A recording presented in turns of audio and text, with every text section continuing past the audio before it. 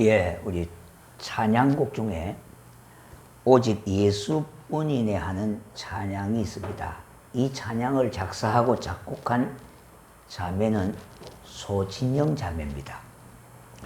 나이 25 꽃같은 나이에 몸이 피곤하여 병원에 갔더니 만성 골수암의 진단을 받았습니다. 항암제를 먹으며 투병 생활을 하던 중 사랑하는 사람을 만나게 됐습니다. 하나님이 점 찍어 주셨겠죠. 네. 그 투병 중에도 사랑하는 사람을 만나게 됐으니까요. 그 사랑하는 사람과 헤어질 수가 없어서 어른들의 만류에도 불구하고 결혼을 했습니다. 그리고 사랑하는 남편의 아이를 가지기 위하여 항암제 투여를 중단하게 됐습니다. 의사의 말에 의하면 3년 내지 5년 많이 살면 살 수 있다는 말을 듣고 하루하루를 살아가는 시간과 다가오는 내일은 숨을 쉴 수 있을지, 뱃속에 있는 아이가 정상적으로 태어날 수는 있을 것인지 확신할 수 없는데 그녀는 호흡마저도 다 주의 것이라고 노래를 부르곤 했습니다. 이 호흡이 어떤 호흡입니까? 오늘 숨쉬고 내일 멈출 수 있는 육신의 호흡 아닙니까? 또한 노래 가사 중에 작은 고난에 지쳐도 하는 가사가 있습니다. 그 작은 고난이 무엇이겠습니까? 자신의 만성 골수암입니다. 항암제를 끊고 뱃속에 있는 아이를 바라보며 살아가는 삶은 불안과 두려움과 싸우는 전쟁의 연속이었습니다. 한순간도 은혜 아니면 살아갈 수가 없으며 붙들고 매달릴 수 있는 것은 오직 하나님의 은혜요, 오직 예수뿐이었습니다. 이러한 자신을 하나님께서 돌봐주시지 않는다면 한순간도 앉거나 설 수도 없는 자신의 처지를 고백하는 노래였던 겁니다. 드디어 아이가 태어났습니다. 그런데 의사가 하는 말이 아이가 기머거리나 벙어리가 될 수가 있다는 말을 했습니다. 이러한 형편과 사정에서 눈물 없이는 하루를 버틸 수 없는 그때에 찾아온 것이 뭔가 하면은 실로암 마커스 찬양 인도자의 섭외가 들어왔습니다.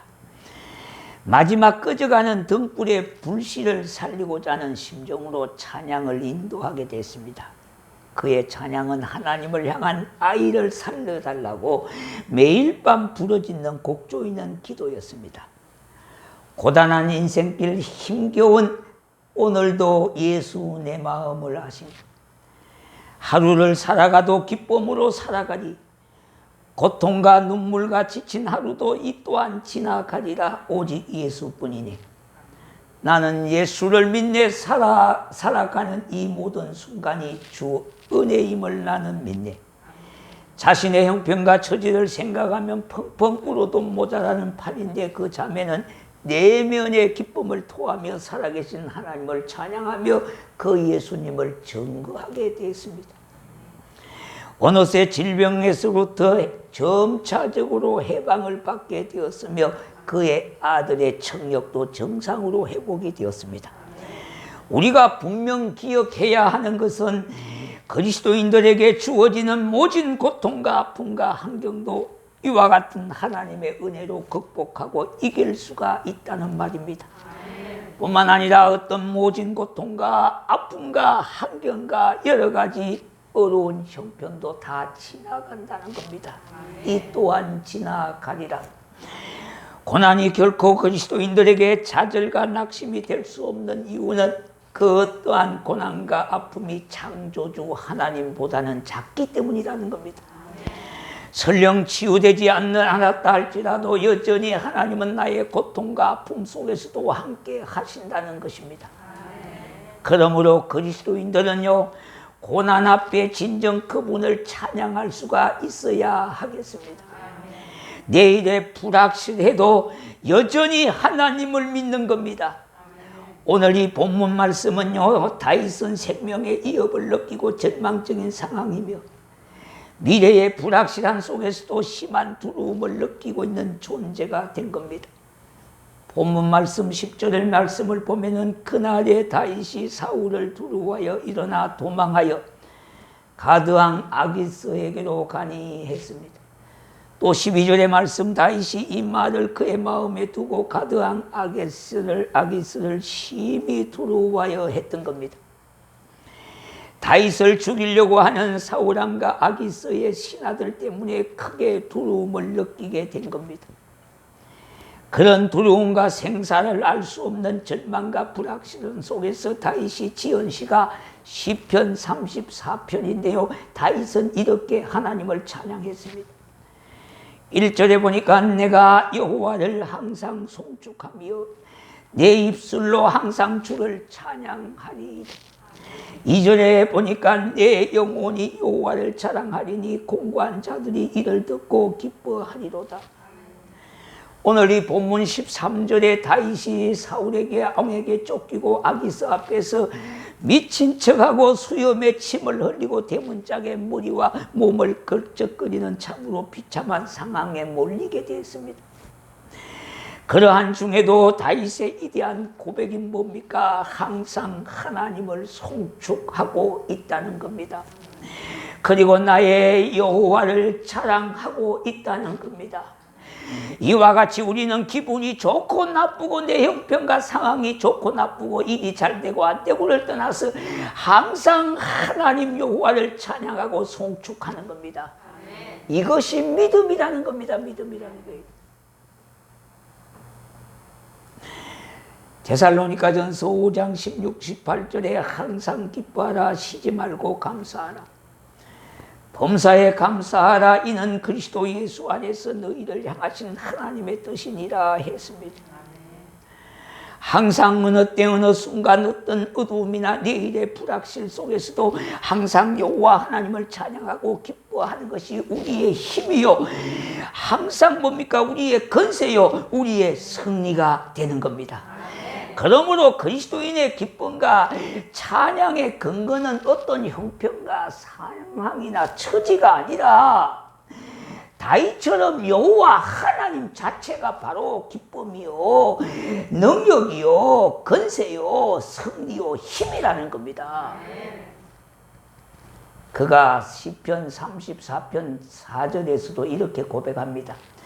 내가 여호와께 간구하며 내게 응답하시고 내 모든 두려움에서 나를 건지셨도다 했습니다. 우리는 코로나로 인하여 거리를 다니는 사람들조차도 마스크로 얼굴을 가린 채 웃음과 여유를 잊어버리고 긴장과 초조와 불안한 가운데 일상을 이어가고 있지 않습니까? 마스크를 쓰지 않으면 뭔 큰 죄를 지은 것 같지요. 옆으로 저 멀리 피해서 가야 되고, 계단을 올라오면 고개를 이렇게 돌려서 접니까? 서로 피해가야 하는 일상의 삶을 살고 있습니다. 더군다나 그리스도인들까지도요, 영적 침체에 빠지고 마음이 우월하거나 기쁨과 평안을 잃고 있다는 겁니다. 그러나 우리가 기억해야 할 것이 있습니다. 하나님은 우리가 심한 고난과 아픔 가운데 있을지라도 더 가까이 계시며 여전히 일하고 계신다는 겁니다. 다윗이 아기스 왕 앞에서 침을 흘리며 미친 척하는 그 순간에도 하나님은 다윗과 함께 하셨다고 말씀하고 있습니다. 우리는 전체를 보지 못하고 단면만 보고 생각하는 경향이 많습니다. 다윗이 누구입니까? 하나님 마음에 아파야 악으로 세우린 자가 아닙니까? 그 유명한 참으로 선지자를 통하여 사무엘을 통하여 기름 부음을 받은 자가 아닙니까? 그러면은요, 하나님이 마음에 아파서 세우셨고요, 그 유명한 사무엘 선지자를 통하여 기름 부음을 받은 자라면은 우리가 생각하기를 매사가 잘 풀려야 되지 않겠습니까? 그런데 어떻게 저렇게 비참한 지경과 고난 가운데 있을 수 있을까 의문이 들지 않겠습니까? 이 소진영 자매도요, 4대째로 예수를 믿는 가정이에요. 그렇다면 이렇게 생각하지 않았겠습니까? 하나님이 정말로 사랑하시는가? 아니, 하나님이 함께 하시는 것인가? 아니면 하나님이 나를 버리시고 예면한 것일까? 그렇게 생각이 들지 않겠습니까? 그러나 다윗은 그렇지 않았습니다. 시편 34편 18절에 이렇게 고백합니다. 여호와는 마음이 상한 자를 가까이 하시고 충심으로 통회하는 자를 구원하시는도다. 우리는 연약하기 때문에 쉽게 마음이 상하게 되는 겁니다. 그러므로 하나님은 영혼이 상한 자와 뭔가 마음이 상한 자 또한 이 고통과 고난 가운데 있는 사람들을 결코 버리지 아니하시고 떠나지 아니하시고 더 가까이 하신다고 말씀하고 있습니다. 우리 또한 코로나 사태로 위기와 고난과 혼란 가운데 내 자신과 세상을 향하여 우리는 말할 수가 있어야 하겠습니다.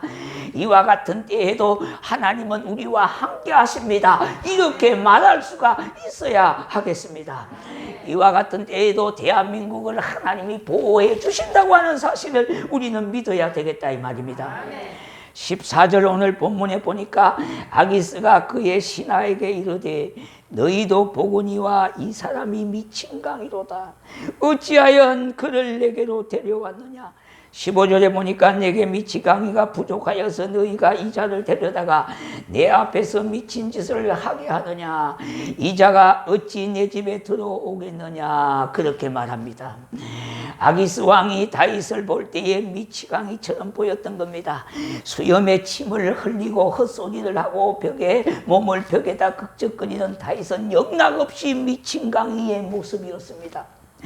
저런 다윗이 블레셋의 골리앗을 죽인 사람이라고, 이런 다윗에게 만만이요 사울은 천천이라고 했단 말이냐. 이 세상에서 이성적이고 합리적인 사람들일수록 이 상황에서요 우리가 모여서 예배하는 모습이 마치 비이성적이고 이기적인 사람으로 보여질 수가 있습니다. 더구나 오늘날 이 시대가 예수를 믿고 하나님의 자녀로 살아가는 우리를 향하여 이상한 사람들이라고 말할 수 있지 않겠습니까? 그러나 우리는 전능하신 하나님을 믿습니다. 지금도 살아서 역사하는 하나님을 믿습니다. 아기스가 보는 다윗은 분명 미친 사람이었어요. 그 미친 모습이 다윗을 이기기 위해서 건져내었고요. 그를 살렸으면 나라를 살렸고 민족을 살린 겁니다. 우리가 시편 42편 5절을 함께 읽어보겠습니다. 자, 우리 함께 읽어보시게요. 시작요.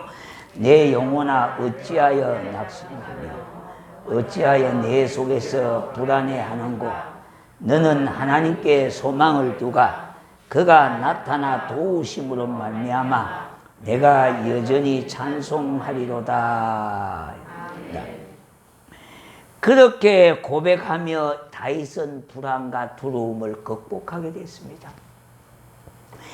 미래의 불확실성, 존재의 위험성, 절망적인 상황에서와 불안할 때에 이렇게 외쳤던 겁니다. 내 영혼아 어찌하여 낙심하며 어찌하여 내 속에서 불안해야 하는고. 너는 내 하나님께 소망을 두라. 그가 나타나 도우심으로 말미암아 내가 여전히 찬송하리로다. 그렇게 외쳤던 겁니다. 예수님이 십자가 지심을 앞두고요 제자들 곁을 떠나야 할 것이라고 하는 말을 제자들이 듣고는요 예수님이 안 계실 것을 생각하니까 몹시 불안과 두려움이 있었습니다. 그때에 예수님은 요한복음 14장 27절에 말씀하십니다. 너희를 평안을 너희에게 끼치노니 곧 나의 평안을 너희에게 주노라. 내가 너희에게 주는 것은 세상이 주는 것 같지 아니하리라. 너희는 마음에 근심하지도 말고 두려워하지도 말라고 말씀하셨어요. 그러나 우리가 한 가지 두려워해야 할 것은 바로 두려움 그 자체라는 겁니다. 오늘 이 세상 사람들은 두려움 그 자체에 두려워하고 있어요. 우리 믿는 사람은 하나님 앞에 두려움을 나타내야 되는데 이 주어진 현실 앞에 우리가 두려움에 떨고 있다 이 말입니다.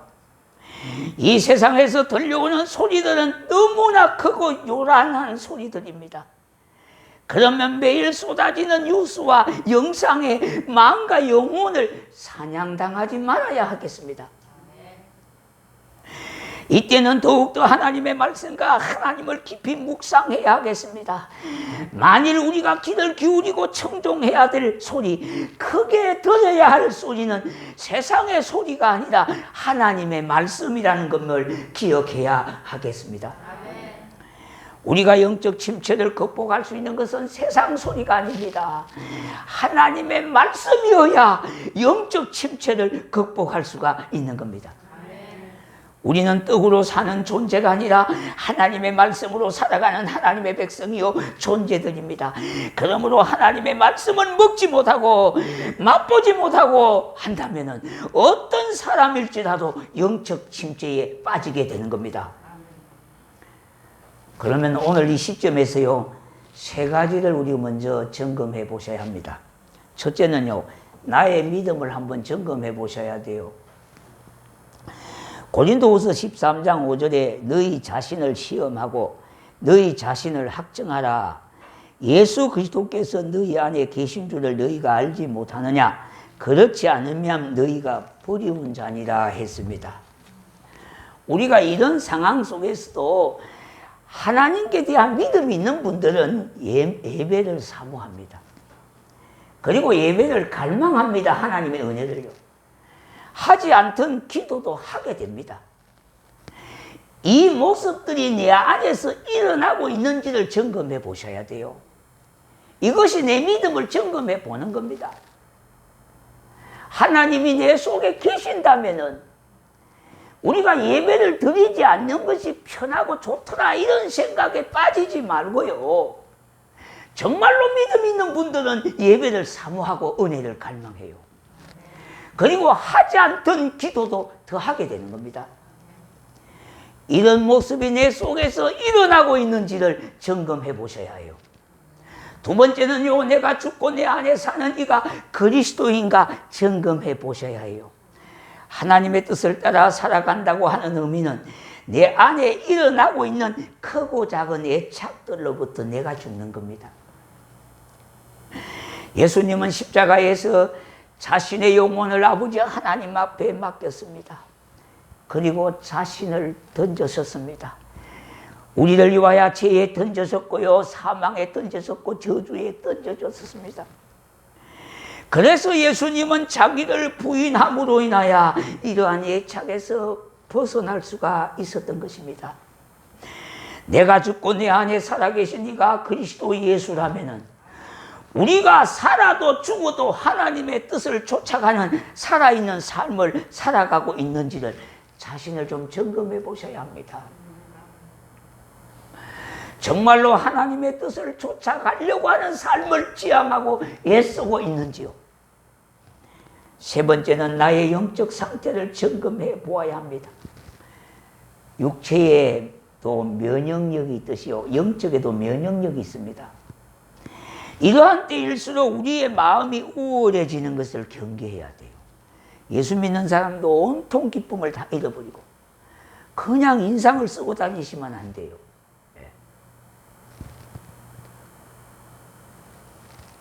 눌리고 묶이지 않도록 영적 면역력을 키워가야 되겠습니다. 그러므로 우리는 이제부터라도 다 같이 모이는 공적 예배와 영과 진리로 하나님을 찾으시는 예배자로 서 있는 일에 소임을 다해야 하겠습니다. 그런데 코로나 사태로 인하여 영적 침체나 영적 게으름이나 영적 안일함 속에 무감각해지는 것은 우리의 영혼과 우리의 마음과 건강을 빼앗기는 겁니다. 우리는 어떠한 상황에서도 다윗처럼요, 우리가 연약할수록 우리가 하나님을 찾는 의지와 하나님을 찾는 횟수가 많아져야 돼요. 비록 우리가 건강치 않다 하더라도 하나님을 향한 열정이 뜨거워져야 된다 이 말입니다.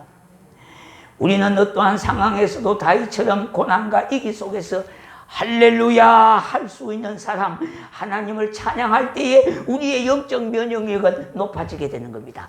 그래서 자신을 이기고 세상을 이기고 흑암의 세력을 이겨나갈 수 있는 영적 면역력을 갖추게 되는 겁니다.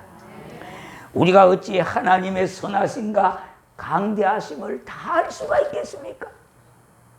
인간의 지혜로는 하나님의 강대하신 계획과 뜻을 알 수가 없는 거예요.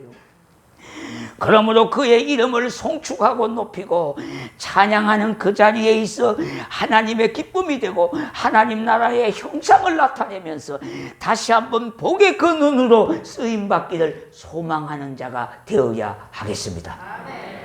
마태복음 10장 28절 몸은 죽어도 영혼은 능히 죽이지 못하는 자들을 두려워하지 말고 오직 영혼을 능히 지옥에 멸할 수 있는 자를 두려워하라 했습니다. 고린도후서 13장 11절 마지막으로 말하노니 형제들아 기뻐하라 온전하게 되며 위로를 받으며 마음을 같이하여 평온할지어다 했습니다. 우리의 삶이 너무 힘들고요 지치고 병든 몸을 이끌어 살아가는 성도들의 두 손을 잡아주시는 우리 주님의 손을 내가 굳게 잡아야 할 것입니다. 우리가 말씀이 육신이 되어 은혜와 진리가 충만했던 예수님처럼 우리도 이 시대에 하나님의 말씀으로 충만해서 주님이 나의 주인이심을, 주님이 내 인생의 왕이심을 보여줄 수 있는 삶의 자리가 될 수 있기를 주 예수의 이름으로 축원합니다. 아멘.